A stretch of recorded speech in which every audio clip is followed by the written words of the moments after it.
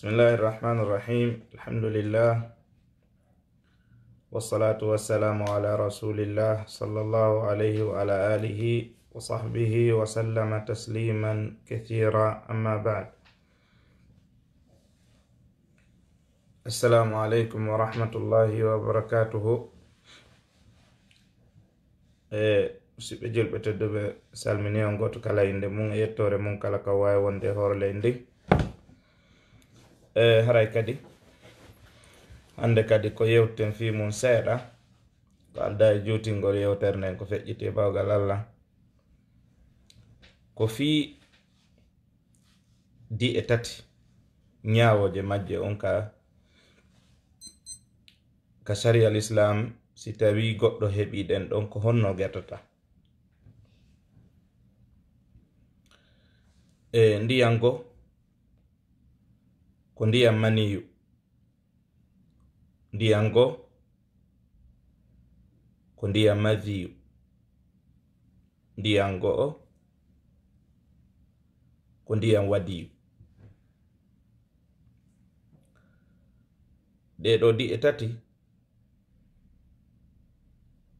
ko di e arayɗe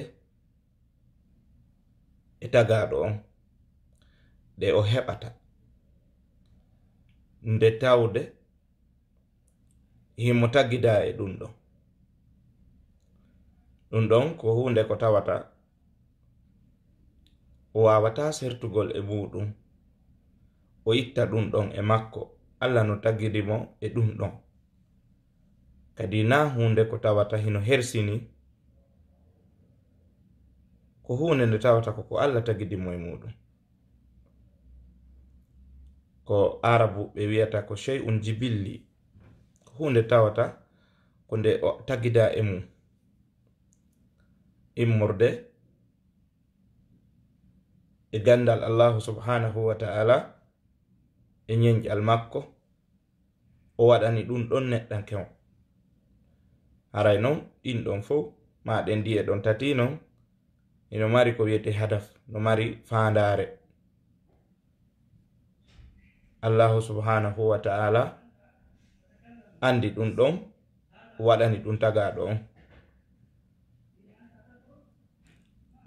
Ndiyam man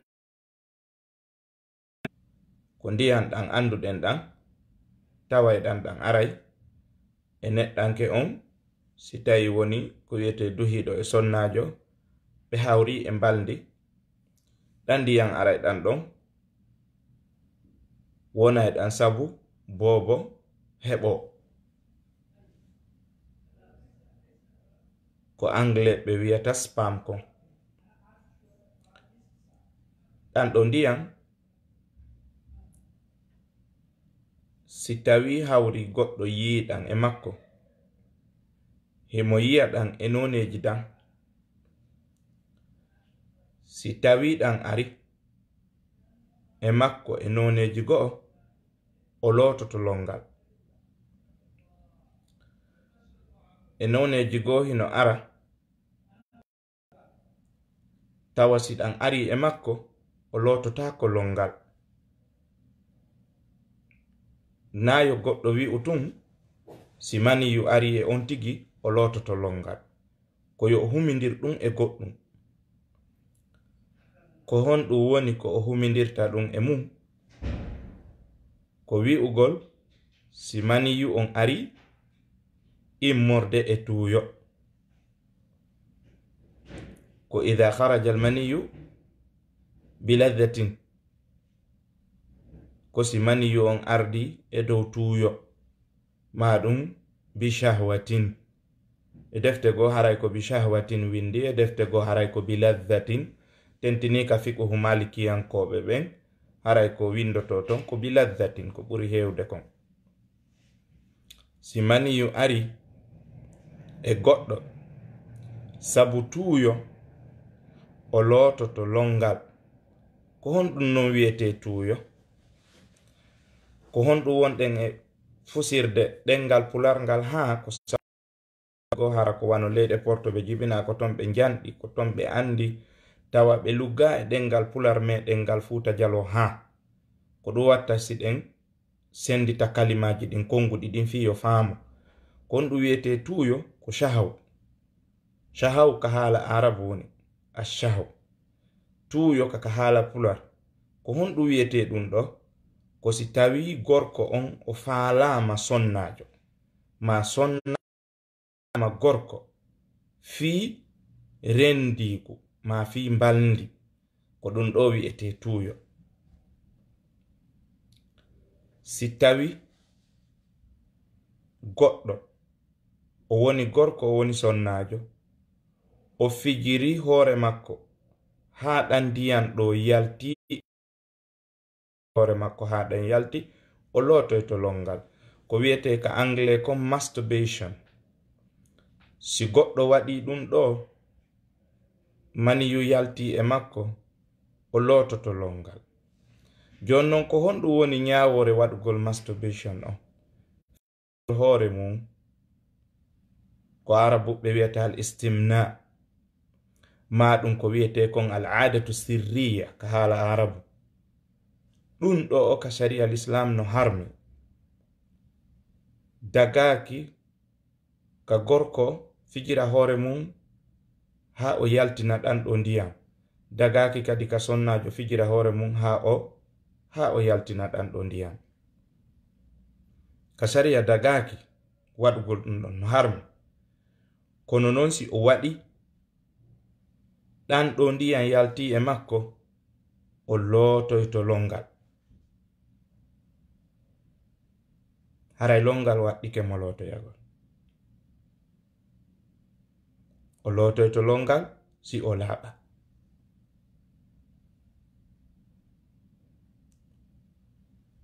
Jonno si tawi kadi hara ko sonnajo e gorko yiidi e mbalndi, ɓe lootoy to longal. Ɗon no fota si tawi maniyu on yalti, ma maniyu on yaltali. Ma yaltani goto e maɓɓe yaltanali oya. Ma yaltani ɓe ɗiɗono. Ma yaltanali ɓe ɗiɗono. Si ɓe yiidi tun e mbalndi, ɓe lootoy to longal. Sabu nelaɗo maaki idha iltaqa al-khitanani wajaba al-ghuslu. Si sunninaɗi ɗin ɗiɗi hawrondiri, haray longal ngal waɗɗike. Ka fiqhu malikiyankoɓe ɓen ɓe wi'a ko maghibul hashafati fil farji, ko mutingol awra gorko on e sonnajo on. Ka fiqhu malikiyankoɓe ɓen ko non ɓe windiri. Si ɗum ɗon woni, haray longal ngal waɗɗike. No fota si maniyu on ari ma ɗum arali. Jonnon arten ɗo kadi woɓɓe go no heɓa problem seeɗa si ɓe walike ɓe ɗanike, ɓe hoyɗi hiɓe renda. Gorko walo hoyɗa mo yidude e sonnajo, sonnajo walo hoyɗa mo yidude e gorko, o fina bimbi.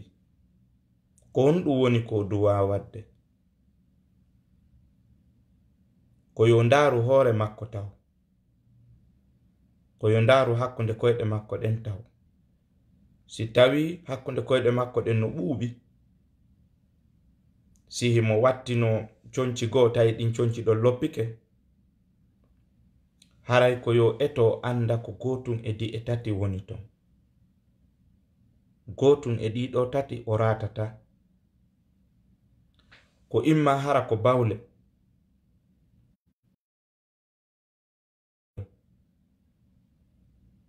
ɗum ɗo no anda o lotta ko longal. Ko yo yahu o laɓɓintino, o laɓɓina on concol ko wattino ɗon, ma o sansa mo o watto goɗɗum ngol. Ma ɗum hara ko madhiyu heɓi mo, en aray e ɗan ndiyam ɗon joni. Ma ɗum hara ko maniyu. Si woni goɗɗo walike ɗanike, o hoyɗitike, ko ɓe wiyata wet dream kon, o hoyɗitike mo yiida e e gorko ma sonnajo on hoyɗitike no yiida e gorko ma gorko on hoyɗihi no yiida e sonnajo, si o immike na yo yahu o lotoyo directement, na yo finu tun ɓa tun o hoyɗihi mo yiida e goɗɗo haray, na yo immo ɗon tun o inna o lotoyto, ko yo ndaru hoore makko taw. Si tawi o tawihi mo ɓuuɓi, ko yo ɗaɓɓitu ko honɗum e ɓuuɓande o ɓuuɓi. So tawoyi ko ɗan ndiyam maniyu ɗan wonɗen yewtude fi mum ɗo kunde koyɗe makko, ɗon o lotoyto. ɗon haray waɗɗike mo lotoyagol. Amma fi himo hoyɗi tun, himo yiidi e gorko ma mo hoyɗi tun, himo yiidi e sonnajo, ɗum ɗon tun yonata ko lotoroya longal. Wona hoyɗitagol ngol tun waɗɗinta mo lotagol longal, ko yaltugol maniyu on. ɗon si o yalti, mana maniyu on si yalti e makko, himo ɗani o fini o tawi maniyu on yalti, o lotoyto longal. Jonnon an kade ka goɗɗo hoyɗude o ɗo sifa o ɗo koyɗol, tawa kanko weta bimbi mo horude sumaye. Misal wiyen joni sonnajo fewndo ɗo na sumaye fewndi, kono sonnajo on no yoɓɓude ni sumaye. O sullike, o juuli subaka, o waltike, o ina joni yo ɗano seeɗa o immoyo o waɗa activité ji makko ɗin. E nder ka o ɗani ɗon tun, o hoyɗito himo yiida e gorko, o fina tawa kadi maniyu yalti e makko. Ko ndu woni alhaali sumaye makko on nden nyande.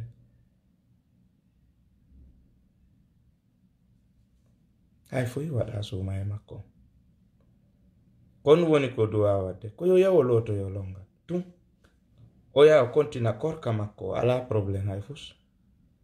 Ko nu waɗi ko pasque na kanko fijiri hoore makko ha ndiyam ɗan yalti, wona e sago makko kadi waɗi o hoyɗi ko hoyɗi kon, na kanko jogi sakko wona o adday ɗinde o faalawo, o nattay ɗinde o faalawo.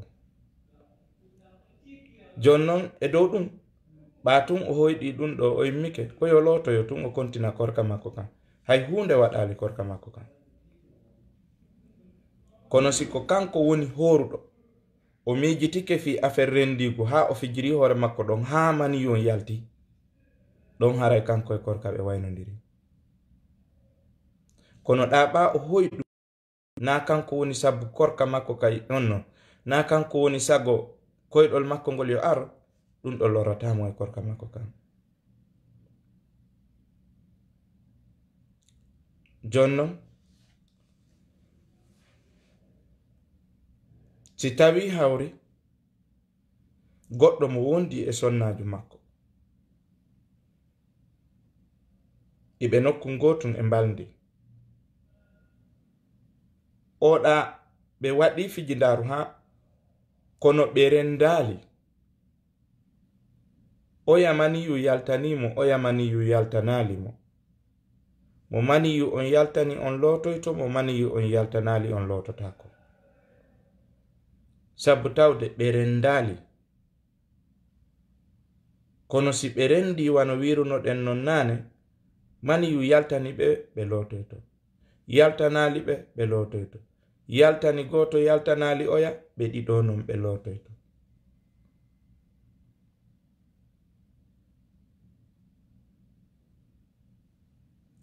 ɗon ko ñaawo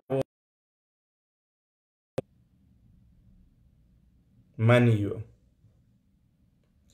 Jonnon ka sengo islam, kon ɗum woni ñaamore maniyu on tigi tigi. Donc kuuɗe ko arata e hoore maniyu on ko, kono ñaawore maniyu on tigi. Est-ce que maniyu on no laaɓi ka himo soɓi ka sengo islam? Malikiyankoɓe ɓen heɓe waɗi maniyu on sengo ley soɓuɗi ɗin, wano ka ashalul masalik heɓe waɗi maniyu on e sengo ley soɓuɗi ɗin. Kono ko jicci kon ka konguɗi karamokoɓe ɓen ko wondema maniyu on soɓa, maniyu on no laaɓi. kon woni dalil wondema maniyu on no laaɓi. Dalil on ko tawde nene Aisha radiyallahu anha ɓe maki nelaɗo finay no tawa maniyu no ka concol maɓɓe ɗo ni hara yorino waɗa ni mi heefa mi honka mi wutta ɓe yaha ɓe juuloya. Ko ɗum waɗi si tawi maniyu on hara ko kecco mana sa waɗi ni taway no wawi iwde haray ko ya lootumo. Kono si tawi maniyu on yori ka concol haray no yona tun ka heefa honka batte hun heddi kun ɗon kunno ɗum ɗon lorrata hay hus.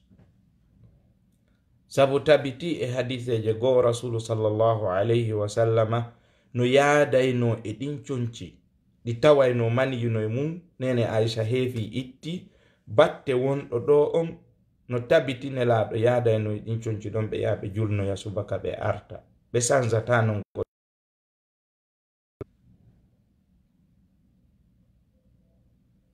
Ɗum holli wondema maniyu on no laaɓi. Sa heɓi noon feere no sansira ngol ɗon ƴetta gongol goo wattoɗa yaha ella layi muɗum. Kono wiyede haray maniyu on no soɓi o soɓa simo soɓuno nelaɗo ittayno ngol concol ɗon ɓe wattutano ko ngol ko kamɓe woni nelaɗo ko kamɓe on noddude jama on e laaɓal ɓe inna at-taharatu shatrul iman laaɓal ngal ko feccere gonɗinal ɓe nodda jama on e ɗum ɓe yilto ɓe watto concol hara ɓe andi maniyu on ko soɓuɗo ɓe watto ngol concol ɗon ɓe yaha ɓe wona imamuɓe jama on kadi ɓe waɗata ɗum. Idan waɗugol ɓe ɗum ɗa ɗum holli wondema maniyu on hino laaɓi.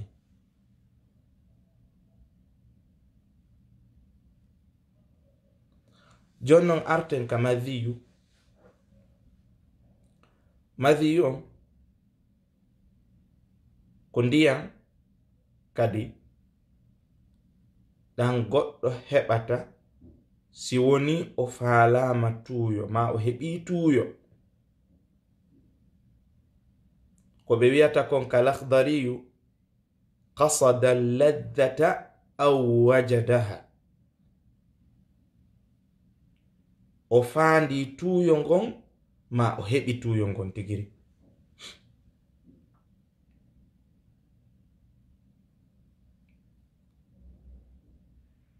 On andi maniyu on nane en wiwno on ɗon waɗɗinay lootagol longal ka. Jonnon ka wiɗen ɗon o waɗɗinay lootagol longal haray bonnugol salligi on itti e sikke. Bimana si on tino salligino o heɓi maniyu aray no anda salligi on boni ɓatumta ho waɗɗike e makko lootagol longal haray wigol salligi on boni itti e sikke. Tayib arten non ka madhiyu ɗo. Oɗo madhiyu ko wiyete madhiyu ko ndiyam ɓowruɗan yaltayɗan e goɗɗo suma o faala rendigo. Imma o ndara wano filmuji ɗin ma ɗum o ndara wano magazine ji ɗin ma ɗum o yiya sonnajo hawnuɗomo ma sonnajo yiya gorko hawnuɗo ɗum hewuɗomo gite o miijito fi affaire rendigo ha ɗan ndiyam aray ɗan ɗon ɓowruɗan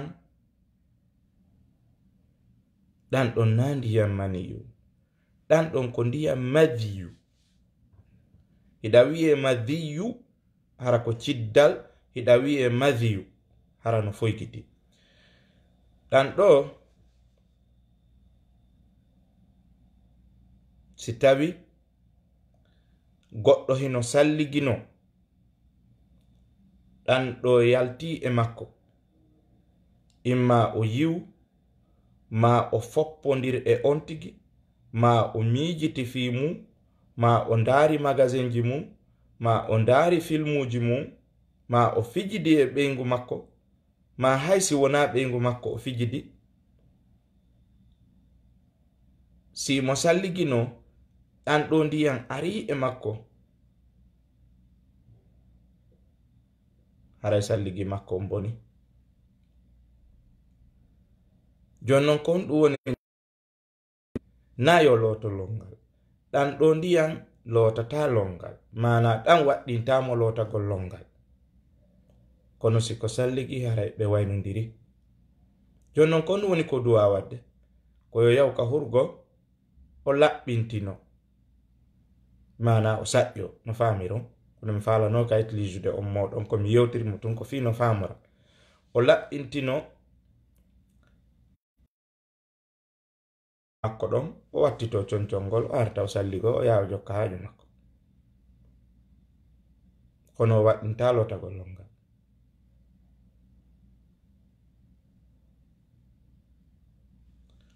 jon non woɓɓe no landito ɗo si tawi hawri non goɗɗo o salligike o fokkiti yewgol ka juulirde o yii sonnajo misal gorko on salligike o fokkiti yewgol ka juulirde o yii sonnajo hawnuɗomo o waɗi hakkille makko ɗin e makko ma ɗum e peyiji goo tawata hara hurgoji gono to na ha ɗi woni moderne tawa simo feƴƴude mo o yii sonnajo no looto e misal est ce que ɗo haray salligi makko on boni en wiyamo si tawi a mijitike ɗon ha a yii ndiyam ɗam e ma a so'i ndiyam ɗam yalti ndiyam madhiyu ɗam yalti e ma e nder ko wonɗa yaade kon ɗon haray salligi on boni a salligoto say non a yiyali mana a yii sonnajo on kono goɗɗum yaltali e ma haray salligi ma on bonali sina ka malikiyankoɓe ɓe sa memi sonnajo on hiɗa salligi haray salligi ma on boni si ɗa fala hara ɗa fala sonnajo on si memuɗamo ta ko sabu tuyo memirɗamo sabu tuyo ndiyam ɗan ari haray salligi on boni memirɗamo sabu tuyo kono ndiyam ɗan arali haray salligi on boni memuɗamo kono na sabu tuyo ndiyam ɗan ari haray salligi on boni memuɗamo na sabu tuyo ndiyam ɗan arali ɗo ɓe lutodiri ɓeya inni haray o salligoyto ɓeya inni o salligotako ɓa go na fi tuyo memirimo ɗiɗi mum on ndiyam ɗan yaltali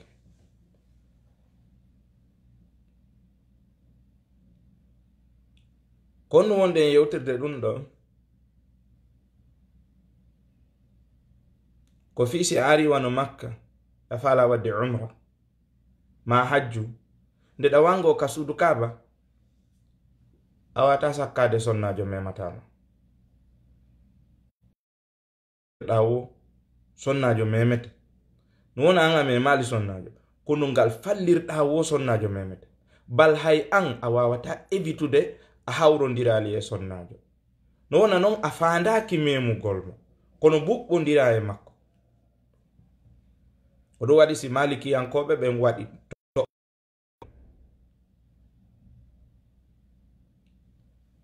ɓe waɗi ɗon toɓɓe 4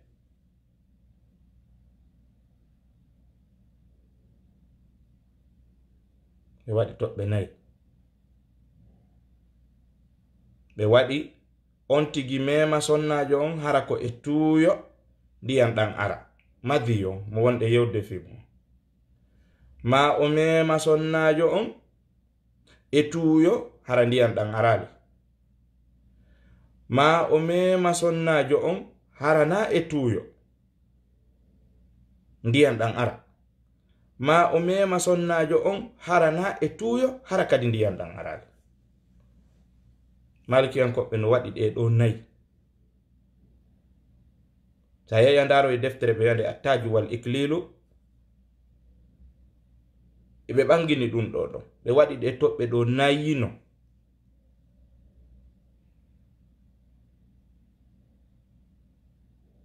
toɓɓere sakkitinen en koye nden ɗon lutodiral ngal woni ka madhabu ɗon tigi ka madhabul malikiya ɗon lutodiral no ɗon fi nden toɓɓere sakkitinde ɗon honɗum woni ɗum o mema sonnajo on harana e tuyo few kadi hara ndiyan ɗan arali woɓɓe maɓɓe ni yo yowolo o salligo amma ɗeɗa toɓɓe tati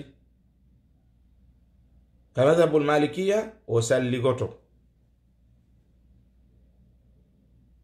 ka imam shafi'i madhabu shafi'iya sa memi sonnajo on a salligoto a fala hara ko tuyo mana tuyo kanko ala ton o sendidira on tuma noon ɓe yi'e ɓenni mo jonnon si tawi goɗɗo no wangade noon o ala sago o memata sonnajo ma sonnajo mematamo kono no gueɗata o inni sina ɗo o ittintini ɗon o vanki ko heddi kon fop sa foppodiri e sonnajo ɗa salligi ka imam shafi'i a salligoto kadi a yaltay few salligoɗa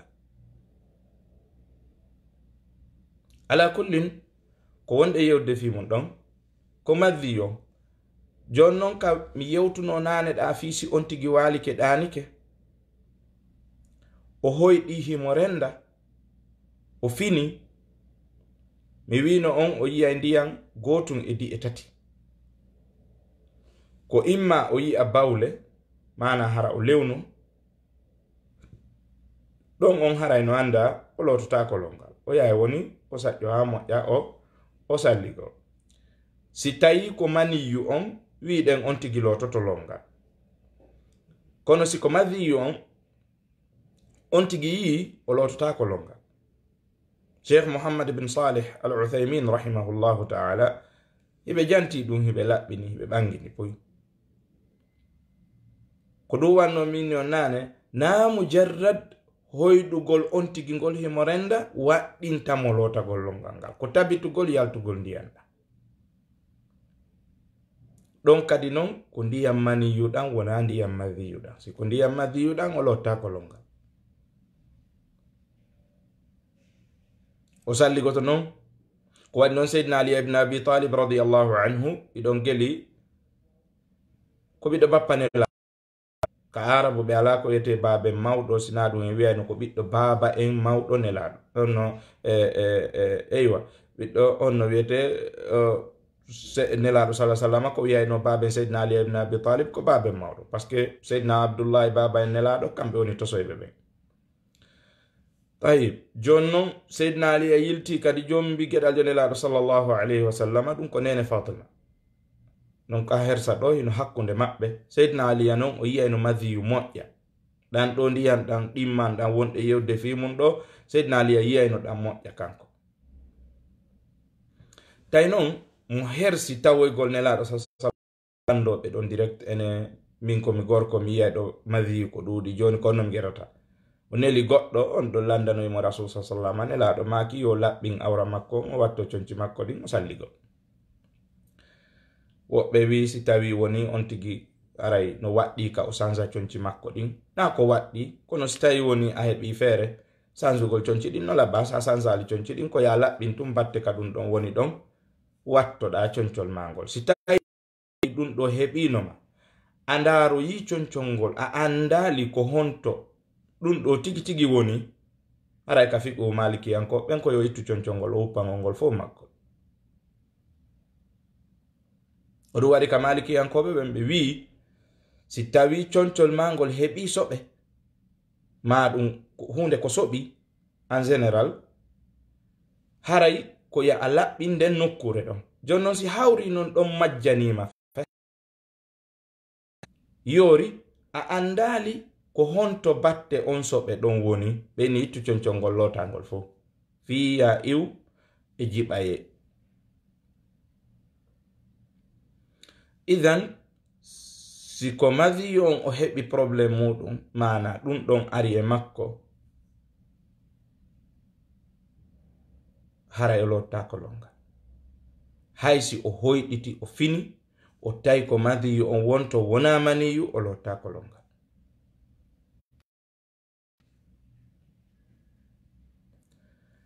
ndiyam tata ɓanɗam ko wiyeteɗam wadiyu ɗam wi'e wadiyu hiɗa wi'e wadiyu hiɗa wawi utiliser shadda e muɗum wi'a wadiyu hiɗa wawi wide wadiyu foygintina ɗan ɗo ndiyan ko arata ko ɓaawo nde on tigi hibbi ndiyam mana o bawli ɓurgo tosoko ka o gaynata ɗon ɗan ndiyam ɗon jokkito ɗon ɗan ɗo ɗan waɗɗinayi salligi kono ɗan waɗɗinta lotagol longal idan haray kon wonɗen wiide ko diye tati wonno ko wonɗe yewde fi muɗum mani on kañum may maddi ma e waddi on mani yu on wiɗen hukumu makko on ka sharia islam ko wonde mahimo laaɓi en ɓangini hadiseje ɗen ka nena Aisha radiyallahu anha sifi ɗon fi alhaali ko heɓayno nelaɗo kon ka concol maɓɓe idan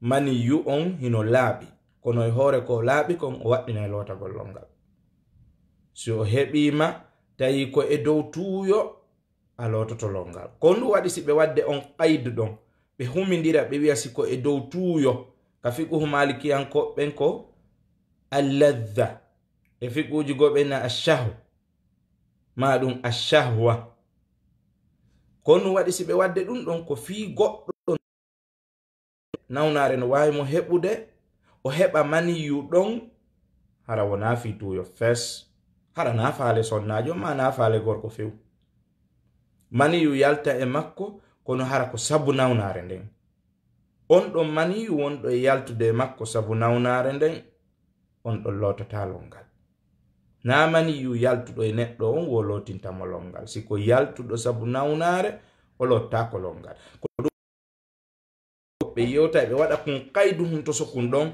ɓe inna ko khurujul mani biladhatin ko yaltirgol maniyu on sabu tuuyo si maniyu on yaltiri sabu tuuyo ɗon on o lototo longal none no alhaali no maniyu on yaltiri wonon hande kadi ɗon o lototo longal amma si tawi maniyu ko sabu nawnare o lottako longal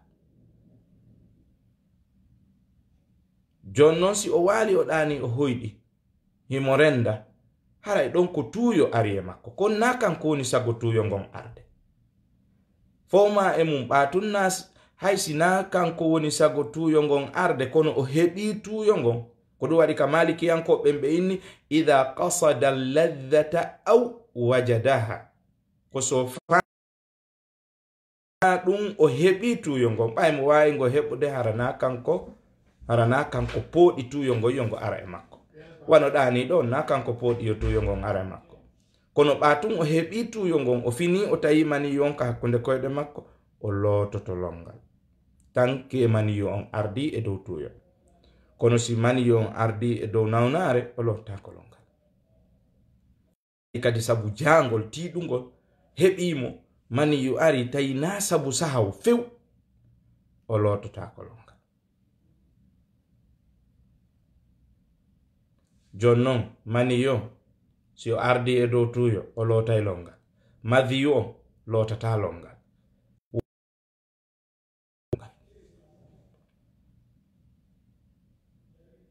ko ɗum ɗo woni hulasa yewtere meɗen nden wona minnirno no mi yiɗata juutingol sabu yimɓe ɓen haray no mari occupation ji goto kala no jogiti golle go ko woni e wadde activité ji muɗum e mi accitay on woni haray jazakumullahu anna wa anil islami khairal jazakum inchallah mi aroye kadi ka sa'iji aroji wano always minnirta noon si tawi woni goɗɗo no jogi topic mon faala yewtu fi muɗum on tuma mo wawi contactude lanka messenger o page ɗo on tuma en daray topic on si tawi jama on haray no ɓuri ha to jinde makko en naatay yewten fi on topic ɗon si tawi le ko private discussions hara ko faalaɗo landade secret mum defran hara na ko yo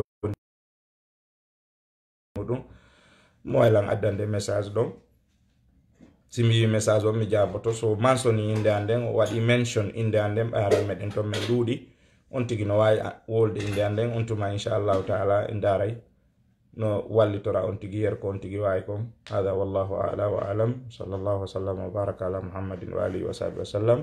Nene goto mon on Isa Sall mo pita ware ale miro depuis Arabie Saoudite Madinatul Munawwara. Assalamu alaikum wa rahmatullahi